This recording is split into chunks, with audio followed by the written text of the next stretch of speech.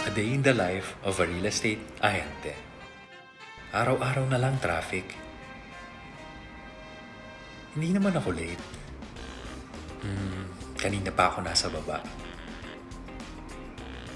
Sabi ng guard, ibukas ang bag. Pero susundutin lang naman. Tagal pa ng elevator.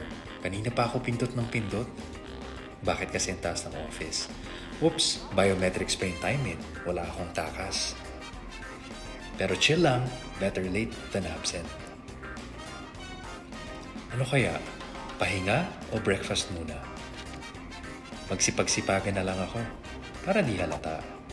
Mag-email blast at umasa na may magre-reply. Buti pa ka-chat ko sa FB. Alam ko na sinya. Cold calls daw, sabi ni boss. Mga 60. Kunwari na lang may client. Matching gestures equals legit.